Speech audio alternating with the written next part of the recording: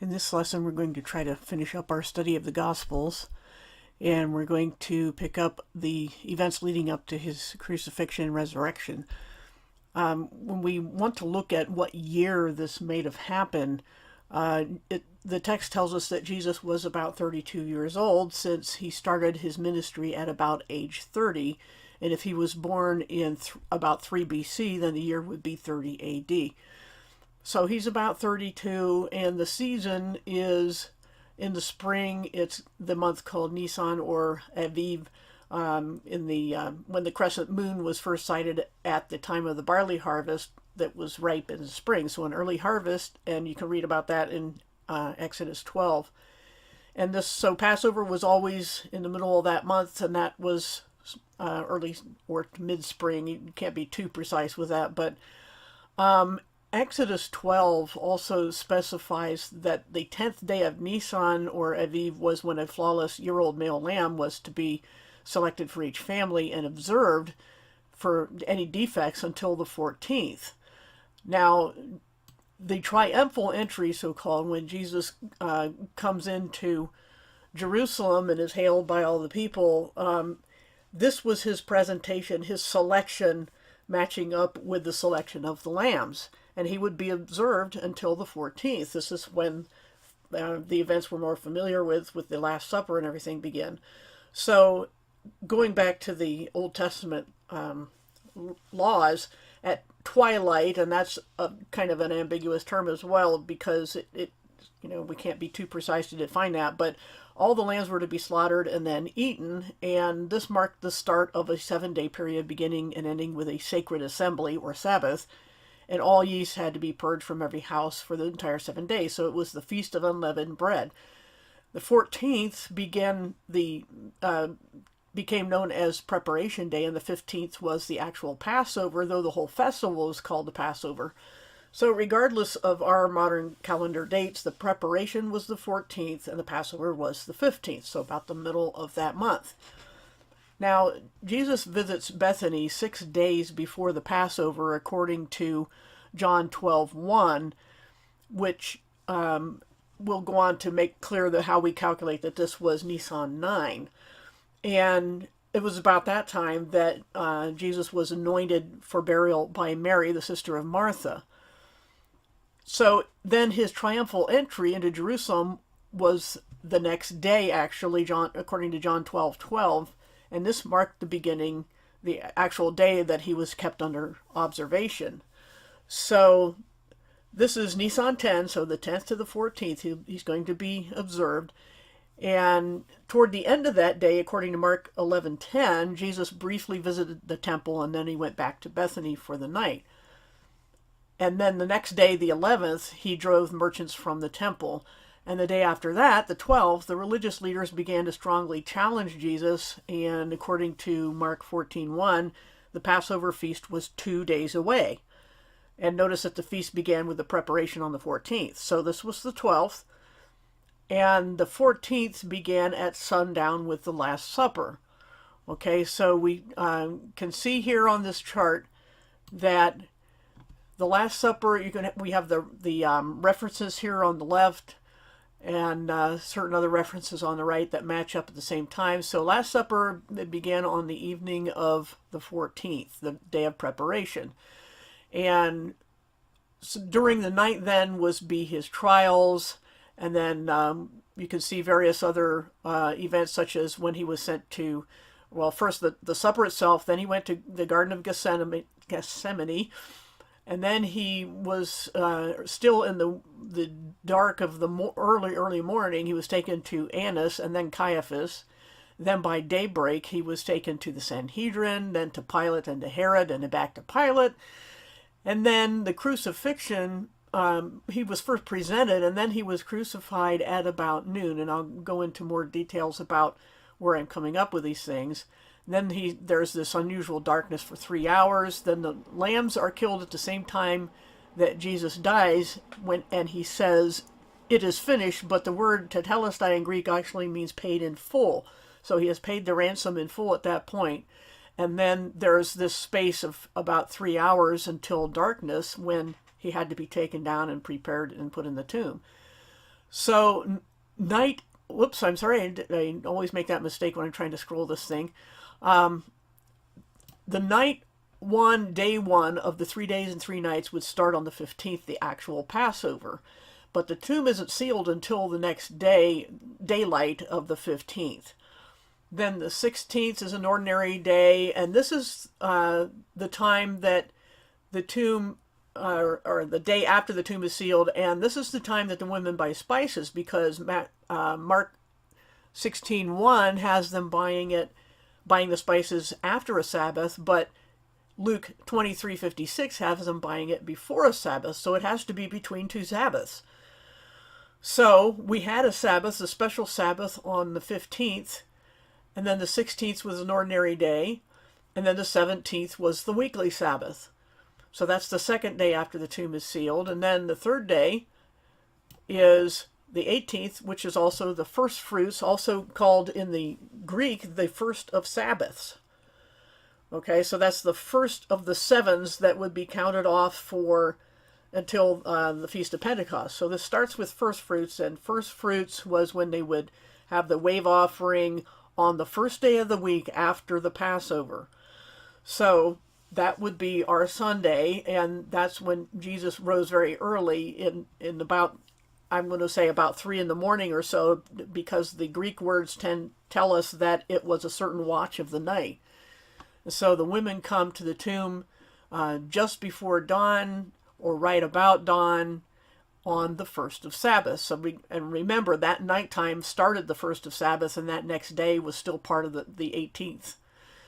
And then we have, this being the Feast of First Fruits. This is the same day that the two were walking to Emmaus, and they say it's the third day since all these things, but we're not told what all these things entail. And again, if we go back, if we're trying to reconcile 3 days and 3 nights with the third day, then we have to take the after these things as starting with the sealing of the tomb. So that's a quick overview of the final week, not counting much detail yet about the resurrection and all, but you can see this on this chart, all of these things that can be confusing if you can't see it. That it helps to have a chart, especially this preparation day. There's an awful lot that happened there.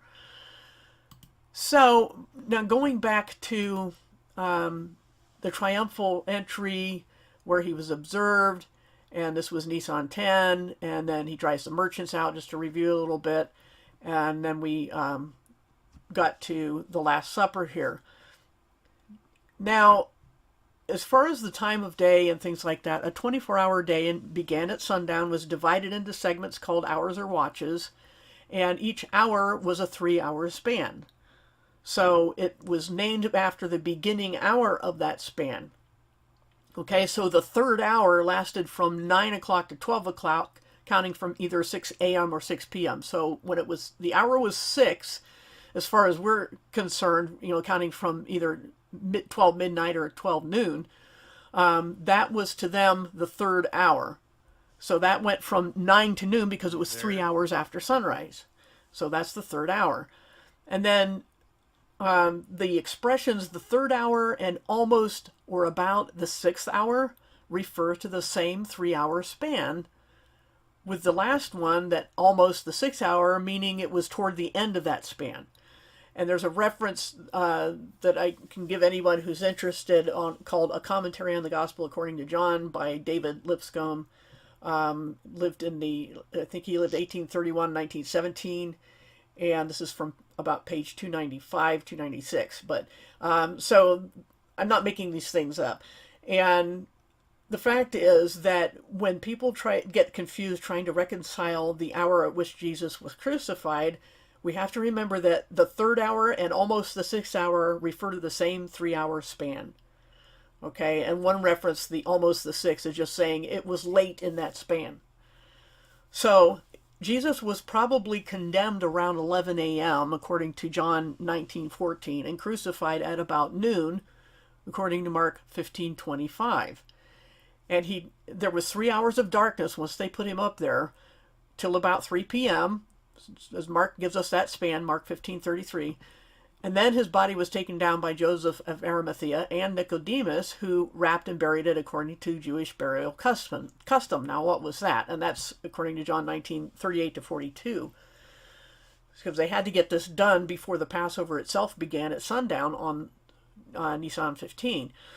But what they would do is they would wrap them up like a mummy, basically. They would wrap each leg separately, then wrap up to the armpits, and then each arm separately, cross them over, and continue wrapping up to the neck, and then they would put basically a cloth bag over the head.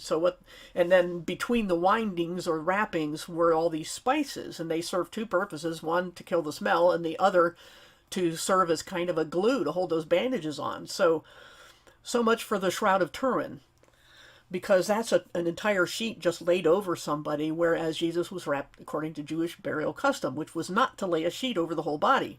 The head was wrapped in a separate bag, and the scriptures bear this out because later when they find him after the resurrection, they find the empty tomb, they see that the headpiece, the head cloth, is separate from the rest of the bandages. And there was also no way anybody escaped from that. It was worse than a straitjacket. You were glued shut, and there was no way anybody got out of that by themselves. So then there were, of course, as we mentioned, 2 Sabbaths that week, and the preparation that year was 3 days before the normal Sabbath. If we're dealing with the fact that there had to be 2 Sabbaths and a day between them in order for the women to buy spices, then there had to be 3 days between the Passover and the normal Sabbath. So, of course, a normal Sabbath began at sundown Friday. So Jesus was, according to all this, if this all fits together, and I'm in no way saying that's the only scenario, but it makes sense to me, Jesus would have been crucified on a Wednesday afternoon.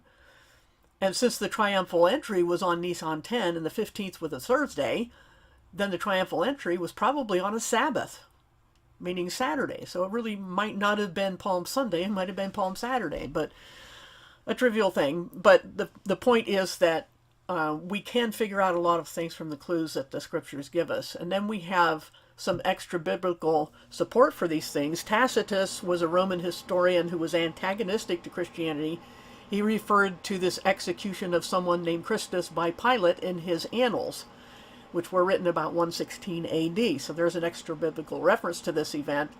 Josephus, also the Jewish historian, referred to Jesus twice in his Antiquities of the Jews, books 18 and 20, and that was written in the late 1st century. And according to even secular Wikipedia, there's universal acknowledgement of the facts of Jesus' baptism by John and his crucifixion by Pilate. So this is a well-established historical event.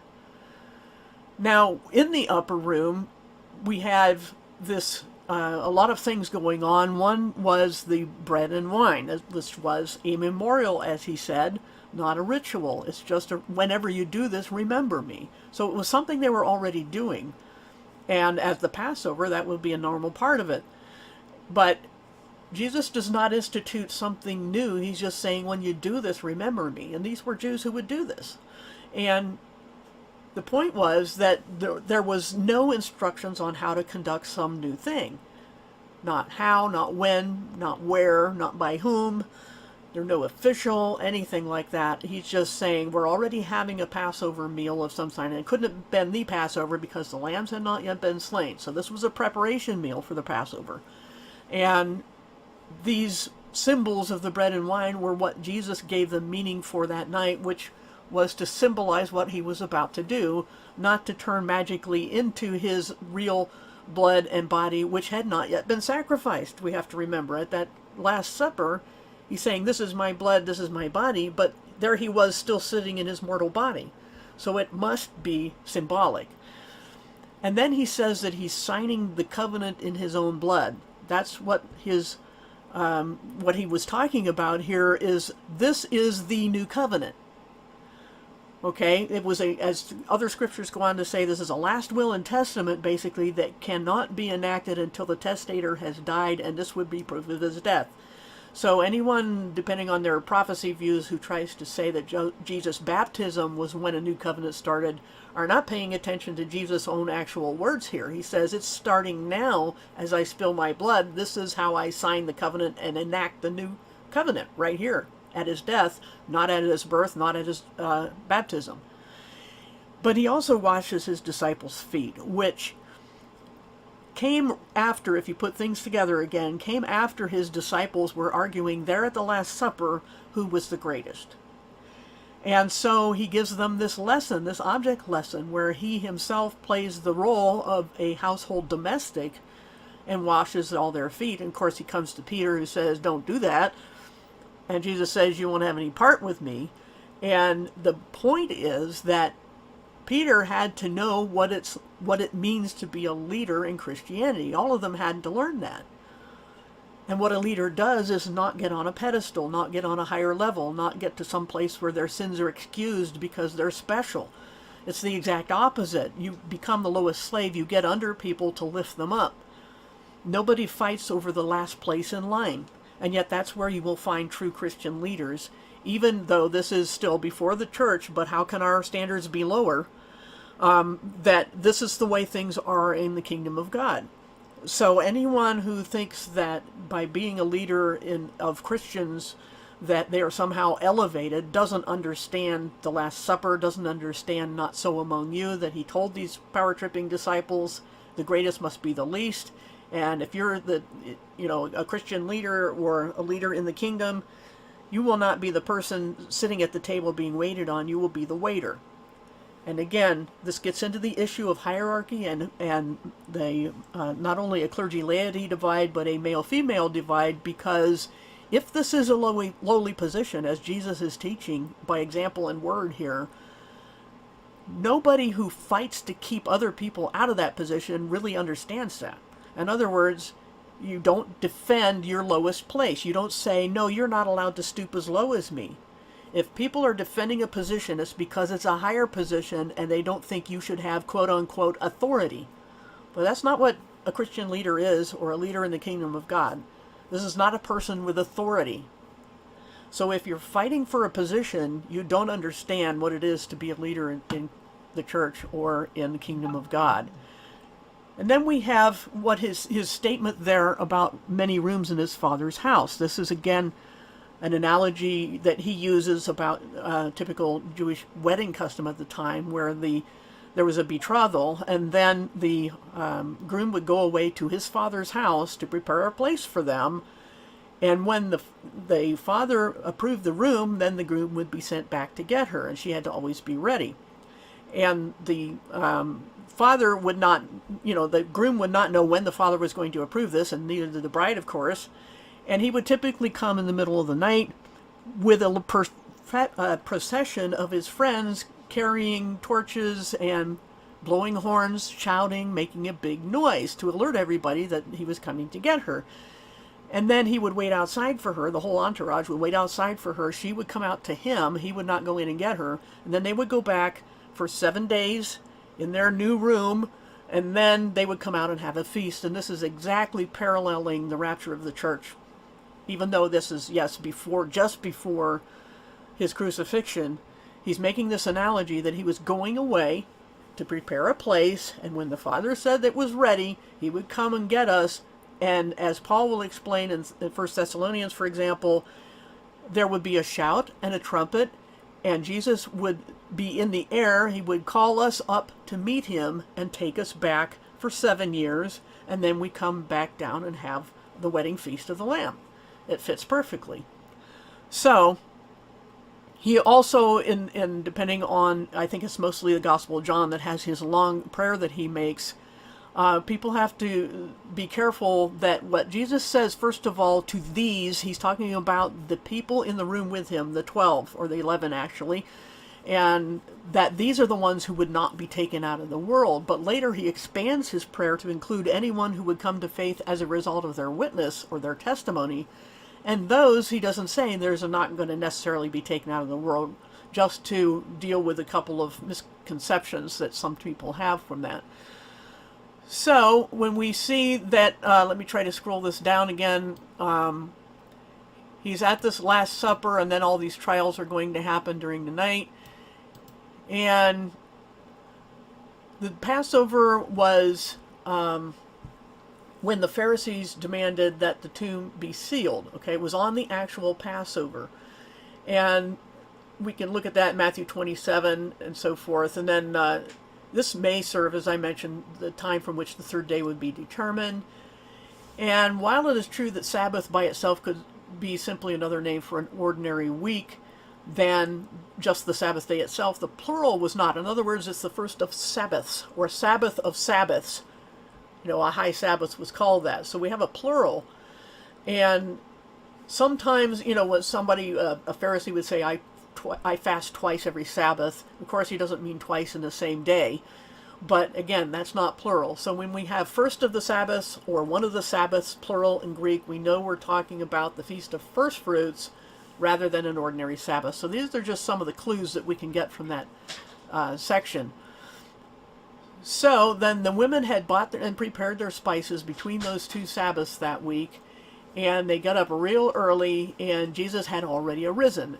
So verse 9 in Mark 16 says that Jesus rose early on the last watch of the night. So that the Greek word there, as I mentioned, so between 3 and 6 a.m.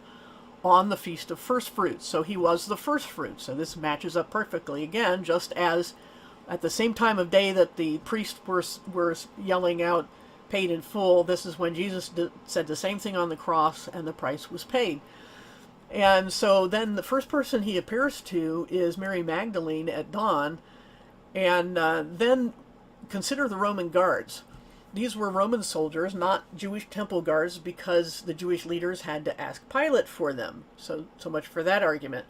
The Jewish leaders bribed the Roman guards so that they would lie about the resurrection and claim the disciples stole Jesus' body while they were asleep. And the bribe was necessary because otherwise the guards would have been executed for dereliction of duty. So that's why that had to be done. None of that makes sense if these were mere temple guards. And the Roman soldiers didn't care about any of this. All they cared about was being paid off to spread a story and that they would be kept out of trouble. Even though they were, so afraid of what they saw that, that when the angel came and rolled away the stone, that they passed out, basically. So this is where the story comes from, and the Jews were highly motivated to spread that Jesus' body was stolen, and this was, just a plot by his disciples who were hiding in an upper room, and so they were not the bold kind of people who were going to steal his body, and the two walking to Emmaus were very downcast because their hopes had been dashed. So nobody was expecting this. So nobody was concocting a plot to steal his body. They didn't expect him to rise at all. They still didn't get it. Now we had these testimony of eyewitnesses such as Mary Magdalene, Joanna, Mary the mother of James, and their companions that all saw Jesus alive in the garden there, even though they expected they were coming to finish preparing a dead body. Okay? Then the two walking to Emmaus saw him alive. The inner circle of disciples and many others saw Jesus appear alive and in the flesh in the locked room where they were hiding, according to John 20:19. And within 30 years of these events, Paul wrote that over 500 people saw Jesus alive again after his crucifixion. That's 1 Corinthians 15:6. So, just going back here to the, scroll down the chart a little bit more here, we have all these references that I mentioned before, and so if you want to look at those, here's your chart. I hope it's not too hard to read on the screen. So, then we have what Jesus did up to the time from his resurrection to his ascension. And one thing is in Mark 16:14, where he scolds the disciples for their disbelief. They didn't believe the women's report, and he scolded them for that. And of course, we just mentioned that he appeared to many people. He also appeared directly to his disciples, of course, the apostles. According to Acts 1, 2, and 3, he taught them more things. Then later, when the disciples were fishing, he appeared to them again, John 21. Hebrews 9:12 tells us that he brought the sacrifice of his blood to the altar in heaven. And then we also have something that we can piece together here where he took the righteous dead from paradise to heaven. Now, when Jesus told the account of the rich man and Lazarus, this is not a parable because he names names here, and he doesn't do that in his parables. And if you remember that account, Lazarus was on, he was a poor beggar who died, and the rich man he was begging from also died. And Lazarus was on the happy side, paradise, with Abraham, whereas the rich man was on the suffering side. And when Jesus died, he emptied the paradise side and took it to heaven with him. I get this from Ephesians 4, 8 to 10, Luke 16, 19 to 31. And this also includes a reference to taking captivity captive. And I think that's what it's talking about, what Paul is talking about when he says that, because he descended to the lower regions not to be tormented, as some religions teach, but to take these captives in paradise who couldn't go to heaven yet because Jesus had not yet brought his own blood as sacrifice. But once he did that, he took them with him, and this is taking captivity captive, and contrast this with 2 Corinthians 5:8, where Paul says that to be absent from the body is present with the Lord. So there's no soul sleep. We don't go to paradise anymore. Bad people still go to the bad part of hell because their judgment is later, and they were not covered by this blood because they were unrighteous. So when the thief on the cross said, remember me when you come to your kingdom, and Jesus said, you will be with me in paradise today, that's what he is talking about. Paradise, that's where Jesus went to go get everybody there who was righteous and take them with him. So these are things that happened before he ascended, as far as visually ascending. And he also gave some teachings. He tested Peter's love and devotion. That's the famous passage in John 21, do you love me more than these? And in that passage, we wonder why this exchange happened 3 times. He says, Simon, son of Jonah, or John, do you love me more than these? And he uses the word agape, but Peter responds with phileo, which means brotherly love, which means friendship love. So Jesus is saying, do you love me unconditionally? And Peter says, I love you as a friend. And it happens again. But the 3rd time, Jesus says, do you even love me as a friend? And that's why Peter was grieved. Not because Jesus kept asking him, but because, and it says right there in text, because he said, do you even love me as a friend? So that's something you don't get in most translations. But and it's during this time also that he gives the Great Commission. You can find that in Matthew 28, 16 to 20, Mark 16, 15 to 16, and Luke 24, 45 through 48. And then he gives some more teachings that are mentioned in Acts 1, verses 3 and 7, about the kingdom of God, that things that were not recorded for us. And then finally, his ascension, his disciples witnessed it. You can see that in Luke 24, 33, and also in verses 50 and 52. So he was seen leaving. He gave the promise of the Holy Spirit in Luke 24, 49, and Acts 1, 4 and 5, 8. Or, I'm sorry, 1, 4 to 5, and then 8. He says that he was, wait for the Comforter. And then he rises into the sky, and he's hidden by clouds. Now, if people are, this is written in ordinary terms, people are watching him go, and he's hidden from their sight by clouds. So we're not talking about symbolic clouds here, or a symbolic event. They're watching him go, and the angel appears and says, why are you standing here looking at the sky? Jesus will come back the way he went. So there will be a coming when Jesus comes with the clouds of heaven. This is not symbolic, because he didn't leave symbolically. The clouds were literal. He will come from above the clouds of heaven when he comes back to the earth. This has nothing to do with when he stops in the sky and we come up to him and go back to his Father's house for 7 years. And that is pretty much where the Gospels end. There's a few little instances. There's a section in Mark that is kind of disputed. But the point is that this is what our gospel is now, that Jesus rose from the dead. This is the message that was spread after this. And the gospel of the kingdom, there's kind of an overlap. Acts is a book of overlaps. When at first they thought it was all Jews, you had to be a Jew to be a Christian, and then they had these experiences such as Peter had with Cornelius and so forth, and they finally have this council in Acts 15, which we'll go over at another time, but they finally realize what happened, but it took a number of years. to really grasp what this was, this new thing called the church, and this gospel of the resurrection. But we learn more about that from the Apostle Paul especially. So there you have it. This is the end of the study of the Gospels, and we'll move on another time to Acts.